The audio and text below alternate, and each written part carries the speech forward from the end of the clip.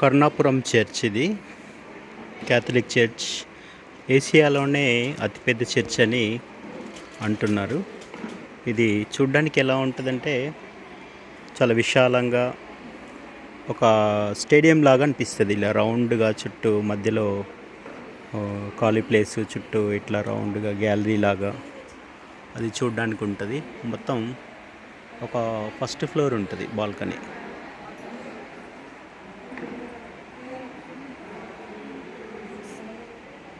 Church ఎలా ఉంటుందో చూద్దాం. ఇక ఇది ఆల్టర్. ఈ ఆల్టర్ మీద ప్రసంగం చేస్తారు. అదేవిధంగా వర్షిప్ ఉంటుంది మెయిన్. ఇది చర్చ్ మిడిల్ మనం చూస్తే దానిపైన ఒక పెద్ద డూమ్ లాగా ఉంది. ఈ డూమ్ తోటి ఇదంతా కవర్ అయిపోతుంది. ఇది చర్చ్ ఎంట్రన్స్ మనం చూసేది. ఇక చర్చ్ చూస్తే ఇలా సర్కిల్గా ఉంటుంది మొత్తం.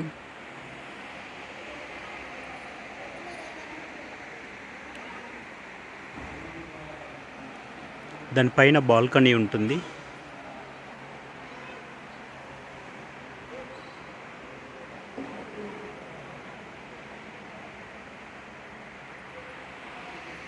ఇక ఆరాధన చూస్తే చాలా అద్భుతంగా జరుగుతుంది.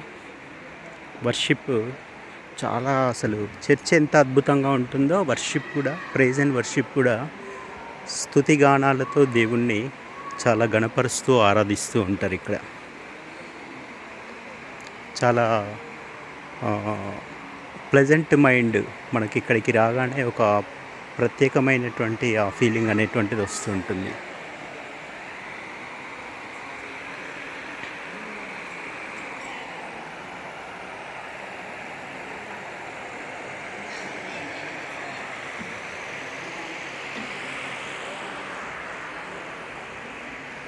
ఇప్పుడు మనం ఒక డోర్ సైడ్ నుండి బయటికి వెళ్ళి చూద్దాము, ఎలా ఉంటుందో చూద్దాం.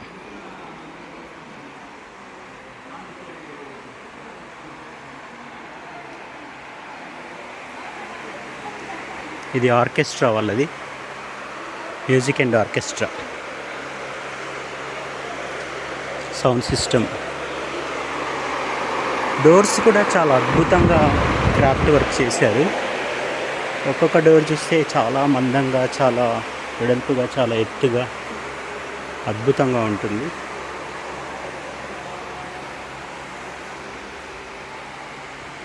డోర్ పైన కూడా గ్లాస్ పెయింటింగ్తో ఉన్న విండోస్ అనేటువంటివి ఉన్నాయి. చాలా అద్భుతంగా ఉన్నాయి. ఇక మనకి ఇక్కడ చూస్తుంటే యేసుక్రీస్తు జీవితానికి సంబంధించినటువంటి ఒలీవల కొండ, అదేవిధంగా మార్తా మరియు మరియ ఇల్లు, అదేవిధంగా ధన్యతల కొండ,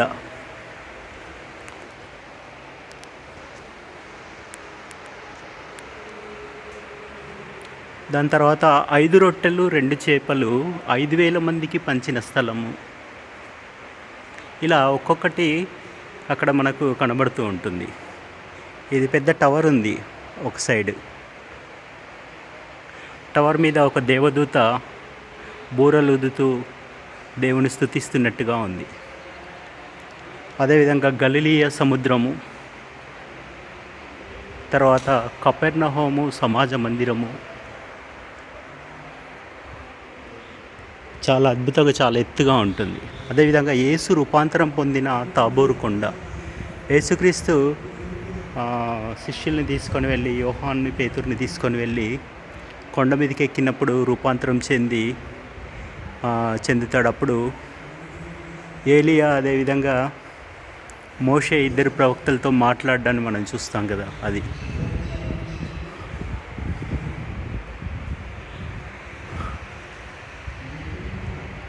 తర్వాత ఇది పరలోక ప్రార్థన నేర్పిన స్థలం. శిష్యులందరూ మాకు కూడా ప్రార్థన నేర్పమని అడిగినప్పుడు యేసుక్రీస్తు వాళ్లకు పరలోక ప్రార్థన ఎలా చేయాలనేది నేర్పించిన స్థలం.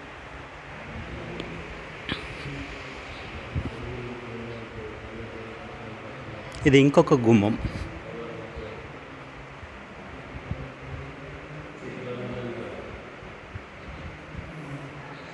దీని పేరు క్రైస్ట్ డోర్ అని పెట్టారు. ద్రాక్ష, ఐ థింక్ ఈ ద్రాక్ష పళ్ళు అనుకుంటా, ద్రాక్ష గుత్తులుగా చూపెడుతుంది. ఈ చర్చికి సంబంధించినటువంటి టైల్స్ సేకరించింది అదంతా ఇక్కడ పెట్టారు ఫ్లెక్సీలో. వర్క్ ఎలా జరిగింది అనేది ఇక్కడ చూపెడుతున్నారు.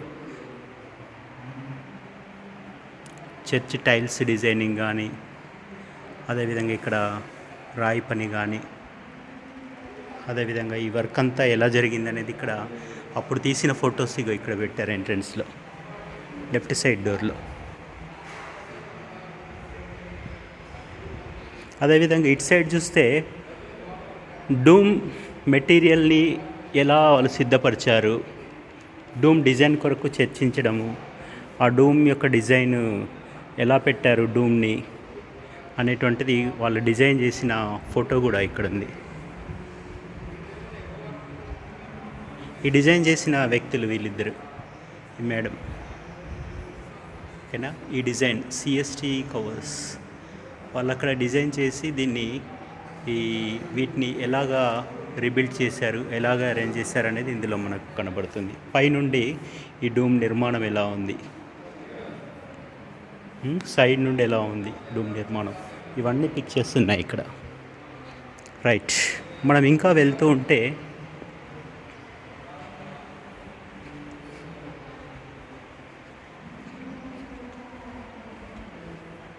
నీళ్లను ద్రాక్షరసంగా యేసు మార్చిన స్థలము.